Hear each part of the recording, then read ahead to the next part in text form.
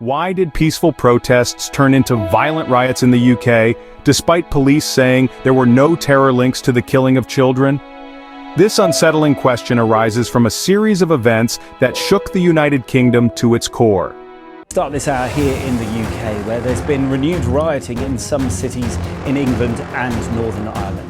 The worst outbreaks of violence came in Belfast, Plymouth and Birmingham. Nearly 400 people have been arrested. It all started in the seaside town of Southport, where the tragic death of 3 young girls sparked an outpouring of public grief that soon took a dark turn. Initially, peaceful protests emerged as a response, but these gatherings quickly escalated into violent riots, a drastic transformation that left many shaken and confused. In the next few minutes, we will delve into the chronological series of events that led to this unsettling scenario. On July 29, 2024, a horrific incident set the stage for what was to come. The seaside town of Southport in northern England was shaken to its core when a Taylor Swift-themed dance and yoga party turned into a scene of unimaginable terror. 3 individuals, a young girl named BB King, who was only 6 years old, 7-year-old Elsie Stancombe, and 90-year-old Alice Da Silva Aguiar, tragically lost their lives in a heinous act of violence. This was not the only toll of the event, as 8 children and 2 others were left injured, their lives forever marred by this dreadful act. The following day, in a nearby village, police apprehended a 17-year-old boy in connection with the crime. The authorities were quick to release a statement assuring the public that this was not being treated as a terror-related incident. Despite this, the gravity of the crime had already sent shockwaves through the community and beyond. As news of the incident spread, so did a sense of fear, anger, and disbelief. The question on everyone's mind was why? Why did this happen? Was it a random act of violence or a symptom of a deeper societal issue? These questions hung in the air, fueling a wave of public outrage. This tragic event sparked a wave of public outrage, leading to a series of protests. The peaceful seaside town of Southport was about to witness a level of violence it had not seen in a decade. As news of the stabbing spread, so did public anger and fear. The quiet seaside town of Southport became a hotbed of tension, the tranquility shattered by the horrific incident. The peaceful protests that initially emerged were a heartfelt response to the tragedy, a community united in grief and disbelief. However, as the details of the fatal stabbing of 3 innocent lives circulated, the atmosphere began to shift. Misinformation and extremist ideologies found a fertile ground in the brewing unrest. The wave of anger and fear escalated, morphing the peaceful protests into violent riots. The transformation was as shocking as it was swift, and it was fueled by an unexpected source: social media. Social media influencers, with their large followings and significant reach, played a pivotal role in this escalation. Their platforms became stages for inciting protests, their messages a call to action that resonated far and wide.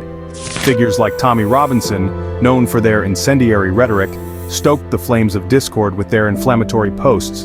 The result was a rapid spread of violence, a wildfire that seemed impossible to contain. The riots were not limited to Southport.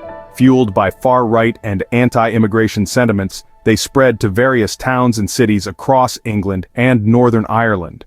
Attacks were launched on mosques and accommodations for asylum seekers, a horrifying testament to the power of misinformation and extremist ideologies.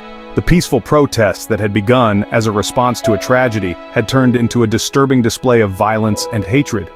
The escalation from peaceful protests to violent riots serves as a stark reminder of the destructive power of misinformation and extremist ideologies. It underscores the importance of critical thinking and the need for responsible use of social media platforms. In the wake of the riots, the UK government took a hard stance. They moved swiftly to quell the unrest that had swept the nation. Over 600 individuals found themselves under arrest, their actions scrutinized by the authorities.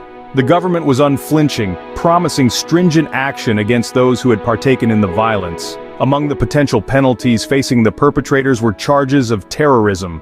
The severity of this potential charge was a reflection of the gravity of the situation. The government's stance was unwavering. They were prepared to bring the full weight of the law against those who had disrupted the peace and endangered lives. The violence had not been random. Specific targets had been chosen, reflecting the underlying tensions and prejudices that had fueled the unrest. Mosques, places of worship and community had been attacked. Accommodations for asylum seekers, individuals who had fled from hardship and sought refuge in the UK were also targeted. These attacks were not just assaults on buildings but attacks on the very fabric of the diverse and multicultural society that the UK prides itself on. The government's strong response was a clear message: violence would not be tolerated. The country would not be held hostage by the actions of a disruptive few. The rule of law would prevail, and the values of tolerance, unity, and respect that the UK holds dear would not be compromised. It was a stern reminder that the consequences of such violence are severe and far-reaching. The aftermath was a testament to the resilience and resolve of a nation determined to uphold its principles in the face of adversity. In response to the violence, communities across the UK banded together. A remarkable display of unity and compassion emerged from the ashes of unrest. Across the towns and cities scarred by violence, peaceful anti-racism protests began to take shape. The message was clear: hatred and violence have no place in their communities. In Southport, where the tragic stabbing that ignited the chaos took place, residents gathered in a show of solidarity.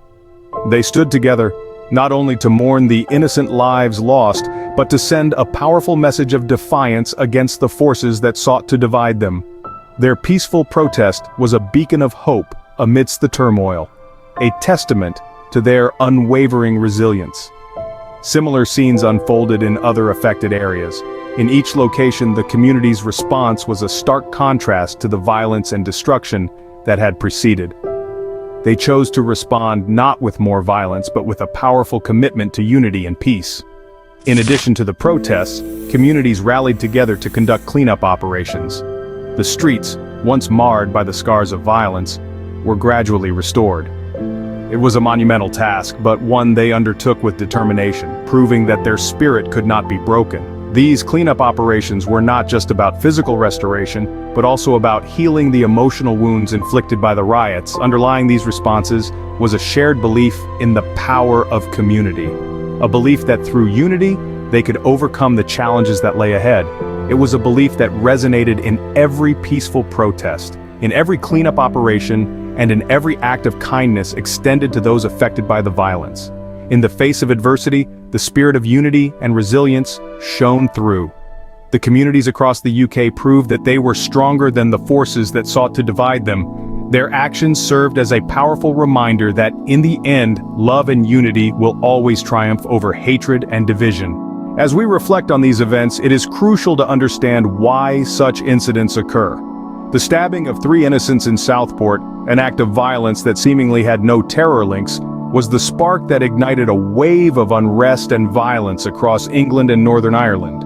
The incident was not an isolated one, but rather a symptom of a larger, systemic issue. The violence quickly escalated, driven by misinformation, far-right sentiments, and anti-immigration ideologies. The power of social media became apparent as influencers used their platforms to incite protests, showing us the double-edged nature of these digital tools. They can bring us together, but they can also tear us apart. The importance of understanding the causes behind such incidents cannot be overstated. By doing so, we can identify the problems at their roots and work towards effective solutions. This isn't just about preventing future incidents of violence. It's about addressing the underlying issues that lead to such acts, whether they're social, political, or ideological.